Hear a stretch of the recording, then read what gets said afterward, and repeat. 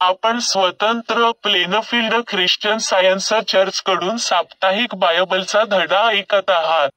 Plainfield, अमेरिकेच्या New Jersey येथे आहे. अधिक माहितीसाठी आमच्या वेबसाईटला भेट द्या. www.plainfieldcs.com. हा धडा आहे रविवारी 10 नोव्हेंबर 2024. विषय: आदाम आणि पडलेला माणूस.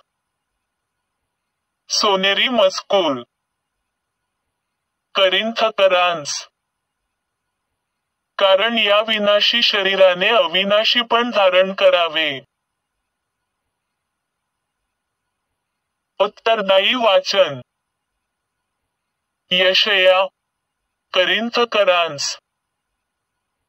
यरुशलेम, माझ्या ज्योती, उठ, तुझा प्रकाश येत आहे.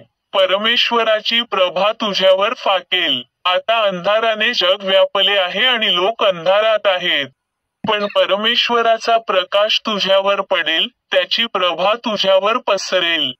राष्ट्रे तुझ्या प्रकाशाकडे येतील, राजे तुझ्या तेजस्वी प्रकाशाकडे येतील. आणि जरी आमचे शुभवर्तमान आवरण घातलेले आहे, जे नाश पावत आहे तशांसाठी ते आच्छादित आहे.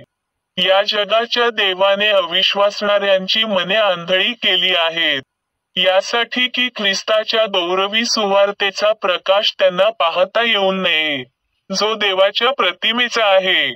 कारण आम्ही आमचीच सुवार्ता सांगत नाही, तर ख्रिस्त येशू हाच प्रभू आहे अशी घोषणा करतो, आणि आम्ही येशू ख्रिस्तासाठी तुमचे सेवक आहोत असे स्वतःविषयी सांगतो. कारण देव, जो म्हणाला, अंधारातून प्रकाश होवो, त्याने तो प्रकाश आमच्या अंतःकरणात ख्रिस्ताच्या चेहऱ्यात देवाच्या गौवाच्या ज्ञानात दाखवावा. गडा उपदेश. बायबलपासून. उत्पत्ती. वाने आकाश व पृथ्वी निर्माण केली.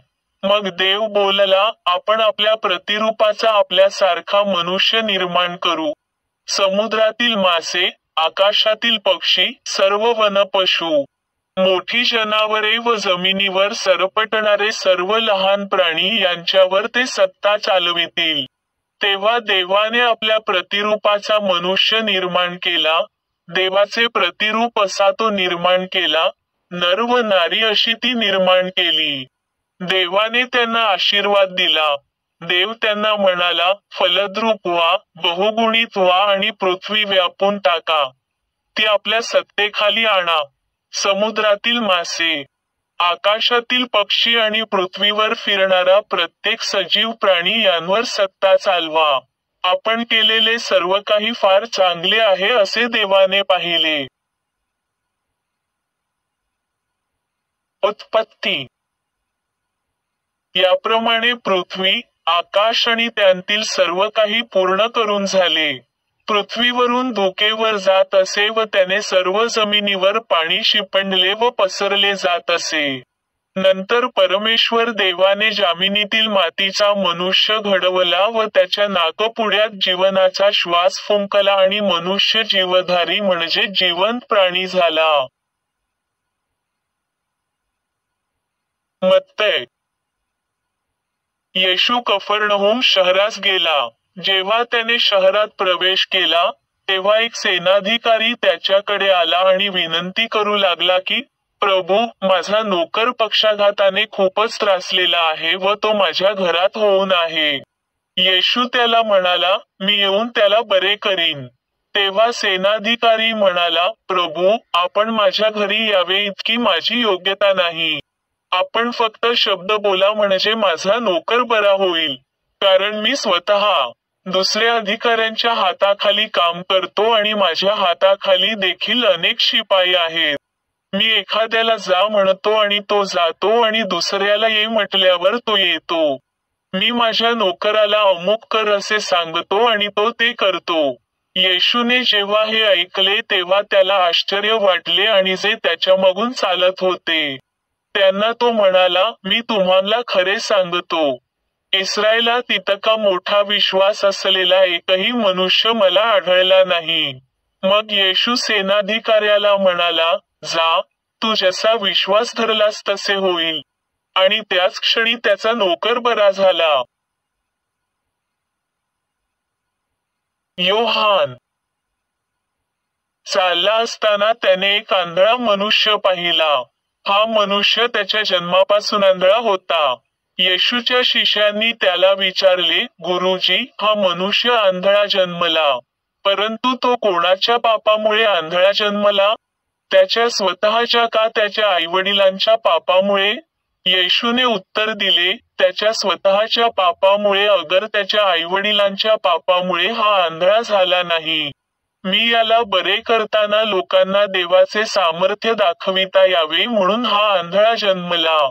दिवस आहे तोपर्यंत ज्याने मला पाठविले त्याचे काम आपण करीत राहिले पाहिजे. रात्र येत आहे आणि रात्री कोणी काम करू शकत नाही. मी जगात आहे तोपर्यंत मी जगाचा प्रकाश आहे. असे बोलल्यानंतर येशू मातीवर थुंकला. त्याने त्या थुंकीने चिखल केला आणि त्या चिखलाचा गोळा करून त्याने त्या माणसाच्या डोळ्यांवर ठेवला. मग येशूने त्या मनुष्याला सांगितले, जाऊन शिलोह तळ्यात डोळे धु. शिलोह म्हणजे पाठविलेला, म्हणून तो मनुष्य त्या तळ्यापाशी गेला. त्याने डोळे धुतले आणि तो परत आला, तेव्हा त्याला चांगले दिसू लागले होते. योहान. येशूने हे बोलणे संपविल्यावर आपले डोळे आकाशाकडे लावले आणि प्रार्थना केली, पित्या, वेळ आली आहे. पुत्राचे गौरव कर, यासाठी की पुत्र तुझे गौरव करील. तू त्याला जे दिले आहे त्या सर्वांना त्याने अनंतकालचे जीवन द्यावे, यासाठी सर्व मनुष्यांवर तू त्याला अधिकार दिलास, त्याप्रमाणे त्याने तुझे गौरव करावे. आणि अनंतकाळचे जीवन हेच की तू जो एकच खरा देव, त्या तुला व ज्याला तू पाठविलेस त्या येशू ख्रिस्ताला त्यांनी ओळखावे. मी त्यांच्यासाठी प्रार्थना करतो, मी जगासाठी प्रार्थना करीत नाही, तर ज्यांना तू माझ्या स्वाधीन केलेस त्यांच्यासाठीच, कारण ते तुझे आहेत. आणि तू जे गौरव मला दिले आहे ते मी त्यांना दिले आहे, यासाठी की जसे आपण एक आहोत तसे त्यांनीही एक व्हावे. मी त्यांच्यामध्ये आणि तू माझ्यामध्ये, ते पूर्णपणे ऐक्यात आणले जावेत, यासाठी की हे जगाला माहीत व्हावे की तू मला पाठविलेस आणि जशी तू माझ्यावर प्रीती केलीस तशी मीही त्यांच्यावर केली. रोमकरांस. यासाठी की तुम्ही पापाच्या वाईट वासना पाळाव्यात म्हणून पापाने तुमच्यावर राज्य करू नये. पाप तुम्हांवर राज्य करणार नाही, कारण तुम्ही नियमशास्त्राधीन नाही तर देवाच्या कृपेच्या अधीन आहात. रोमकरांस.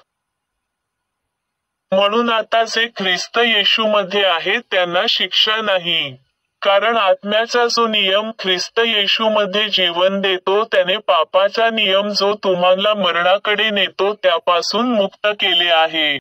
तर मग बंधूंनो, आम्ही कर्जदार आहोत, देहाप्रमाणे जगण्यास देहाचे नव्हे. कारण जर तुम्ही तुमच्या पापी देहस्वभावाप्रमाणे जीवन जगाल तर तुम्ही मरणार आहात. परंतु आत्म्याच्या करवी जर तुम्ही देहाची कर्मे ठार माराल तर तुम्ही जगाल. कारण जितक्यांना देवाचा आत्मा चालवितो तितके देवाची मुले आहेत. पुन्हा भीती वाटू नये म्हणून तुम्हाला गुलामगिरीचा आत्मा मिळाला नाही, तर तुम्हाला दत्तकपणाचा आत्मा मिळाला आहे. त्याच्यायोगे आम्ही अब्बा, बापा अशी हाक मारतो. तो आत्मा स्वतः आपल्याबरोबर दुजोरा देतो की आपण देवाची मुले आहोत. आपण जर देवाची मुले आहोत तर आम्ही वारसही आहोत आणि ख्रिस्ताबरोबर वारस आहोत. करिंथकरांस. कारण जसे आदामाद्वारे सर्व मरण पावतात तसेच सर्वजण ख्रिस्ताद्वारे जिवंत केले जातील. रोमकरांस. म्हणून बंधूंनो, देवाच्या दयेमुळे मी तुम्हाला विनवितो की तुमची शरीरे देवाला संतोष देणारा जिवंत यज्ञ अशी अर्पण करा. ही तुमची आध्यात्मिक सेवा आहे. आणि यापुढे या जगाच्या आदर्शाप्रमाणे आचरण करू नका. त्याऐवजी तुमच्या मनाच्या नवीनपणामुळे तुमचा बदल होऊ द्या. यासाठी की देवाची पूर्ण आणि त्याला आनंद देणारी उत्तम इच्छा काय आहे हे तुम्हाला कळावे व तिचा तुम्ही स्वीकार करावा. Science textbook science and health with की टू द शास्त्रवचने कडील परस्पर संबंधित परिच्छेद वाचले. विज्ञान आणि आरोग्य. विज्ञानात मनुष्य हा आत्म्याचा अपत्य आहे. सुंदर, चांगले आणि शुद्ध हे त्याचे वंश आहे. त्याचे मूळ नश्वरांसारखे क्रूर अंतःप्रेरणेमध्ये नाही किंवा तो बुद्धिमत्तेपर्यंत पोहोचण्यापूर्वी भौतिक परिस्थितीतून जात नाही. आत्मा हा त्याचा आदिम आणि अंतिम स्रोत आहे. देव त्याचा पिता आहे आणि जीवन हा त्याच्या अस्तित्वाचा नियम आहे. योग्य तर्कासाठी विचारापुढे एकच तथ्य असले पाहिजे, ते म्हणजे आध्यात्मिक अस्तित्व. प्रत्यक्षात दुसरे कोणतेही अस्तित्व नाही, कारण जीवन त्याच्या विषमतेशी मृत्यूशी एकरूप होऊ शकत नाही. असणं म्हणजे पावित्र्य, सुसंवाद, अमरत्व. हे आधीच सिद्ध झाले आहे की याचे ज्ञान, अगदी थोड्या प्रमाणातही, नश्वरांचे शारीरिक आणि नैतिक दर्जा उंचावेल, दीर्घायुष्य वाढवेल, चारित्र्य शुद्ध आणि उन्नत करेल. उत्पत्ती 1:27. तेव्हा देवाने आपल्या प्रतिरूपाचा मनुष्य निर्माण केला. देवाचे प्रतिरूप असा तो निर्माण केला, नर व नारी अशी ती निर्माण केली. या महत्त्वाच्या विचारावर जोर देण्यासाठी हे पुनरावृत्ती होते की देवाने मनुष्याला त्याच्या स्वतःच्या प्रतिमेत बनवले, दैवी आत्मा प्रतिबिंबित करण्यासाठी. मनाचा जीवन देणारा गुण म्हणजे आत्मा, काही फरक पडत नाही. आदर्श मनुष्य सृष्टीशी, बुद्धिमत्तेशी आणि सत्याशी संबंधित असतो. आदर्श स्त्री जीवन आणि प्रेमाशी संबंधित आहे. उत्पत्ती 1:28. देवाने त्यांना आशीर्वाद दिला. देव त्यांना म्हणाला, फलद्रूप व्हा, बहुगुणित व्हा आणि पृथ्वी व्यापून टाका. ती आपल्या सत्तेखाली आणा. समुद्रातील मासे, आकाशातील पक्षी आणि पृथ्वीवर फिरणारा प्रत्येक सजीव प्राणी यांवर सत्ता चालवा. दैवी प्रेम त्याच्या स्वतःच्या कल्पनांना आशीर्वाद देते आणि त्यांना गुणाकार करण्यास प्रवृत्त करते, त्याची शक्ती प्रकट करण्यासाठी. माती मशागत करण्यासाठी माणूस बनलेला नाही. त्याचा जन्मसिद्ध हक्क अधिराज्य आहे, अधीनता नाही. तो पृथ्वी आणि स्वर्गातील विश्वासाचा स्वामी आहे. तो स्वतः त्याच्या निर्मात्याच्या अधीन आहे. हे असण्याचे शास्त्र आहे. उत्पत्ती 2:6. पृथ्वीवरून धोकेवर जात असे व त्याने सर्व जमिनीवर पाणी शिंपडले व पसरले जात असे. दैवी सृष्टीचे विज्ञान आणि सत्य यापूर्वीच विचारात घेतलेल्या श्लोकांमध्ये मांडले गेले आहे आणि आता उलट त्रुटी, सृष्टीचे भौतिक दृश्य मांडायचे आहे.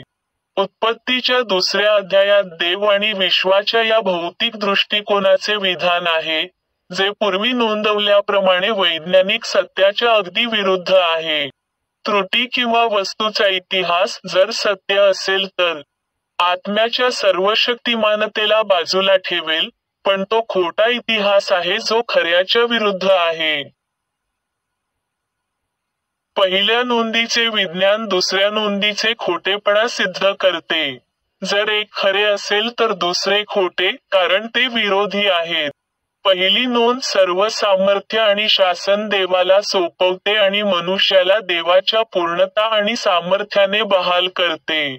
दुसरा रेकॉर्ड मनुष्याला परिवर्तनशील आणि नश्वर म्हणून वर्णन करतो, देवतेपासून तुटलेला आणि स्वतःच्या कक्षेत फिरणारा. अस्तित्व देवत्वापासून वेगळे विज्ञान अशक्य असे स्पष्ट करते.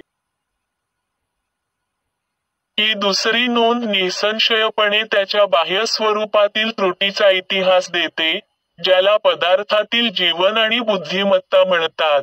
दैवी आत्म्याच्या वर्चस्वाला विरोध हे सर्वधर्म समभाव नोंदवते. परंतु ही स्थिती तात्पुरती असल्याचे घोषित केले आहे आणि हा मनुष्य नश्वर आहे, धूळ परतणे. या चुकीच्या सिद्धांतामध्ये पदार्थ हे आत्म्याचे स्थान घेते. पृथ्वीचे जीवन देणारे तत्व म्हणून पदार्थाचे प्रतिनिधित्व केले जाते. मनुष्य निर्माण करण्यासाठी आत्म्याला पदार्थात प्रवेश करणारा म्हणून प्रस्तुत केले जाते.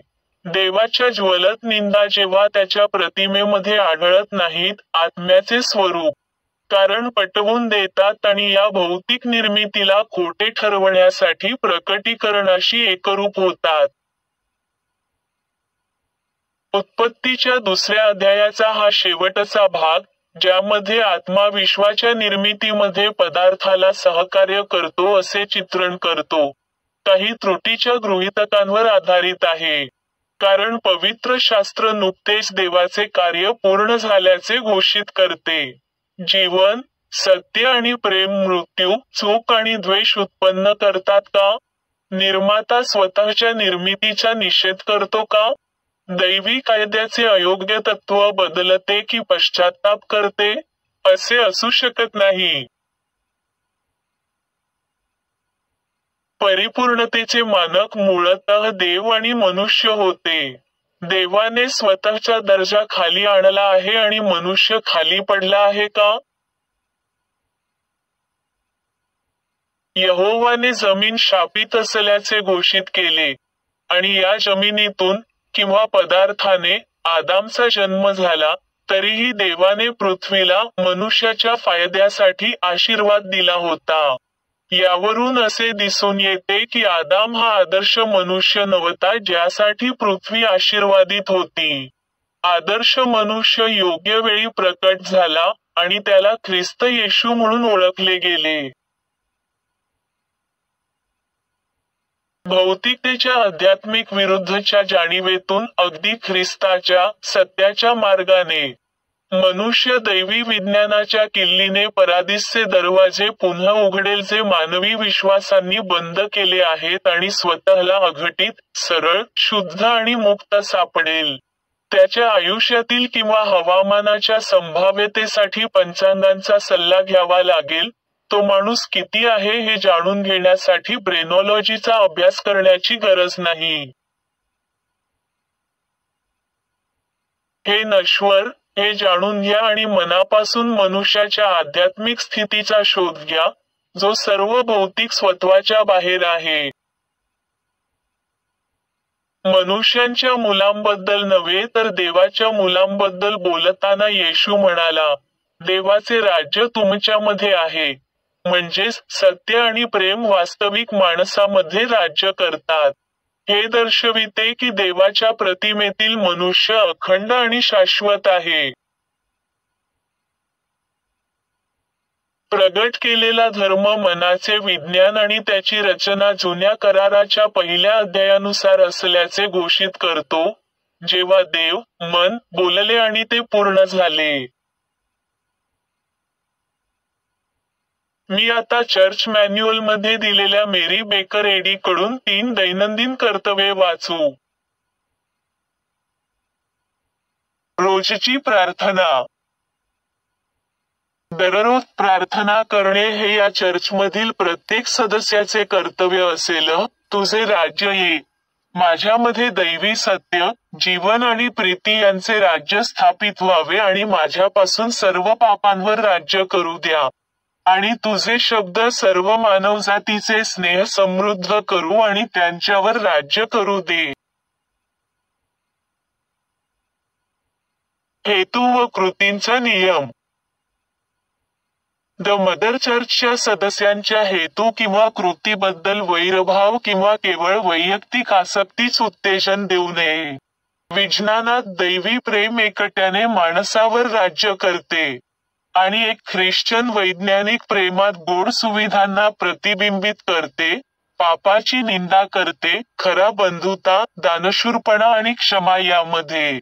या चर्चमधील सदस्यांनी दररोज सर्व प्रकारच्या वाईटापासून वाचलेले. भविष्य सांगण्यापासून, न्यायनिवाड्यापासून, निंदा करण्यापासून, समुपदेशनातून, प्रभाव पाडण्यापासून किंवा चुकीच्या मार्गाने प्रभावित होण्यापासून वाचण्यासाठी प्रार्थना करावी. कर्तव्याची सतर्कता. आक्रमक मानसिक सूचनेविरुद्ध दररोज स्वतःचा बचाव करणे आणि देव, त्याचा नेता आणि मानवजातीबद्दल त्याच्या जबाबदार पूर्णविराम हलत या विसरणे किंवा दुर्लक्ष करणे हे या चर्चमधील प्रत्येक सदस्याचे कर्तव्य असेल. त्याने केलेल्या कृत्यांबरोबरच त्याचा न्याय होईल.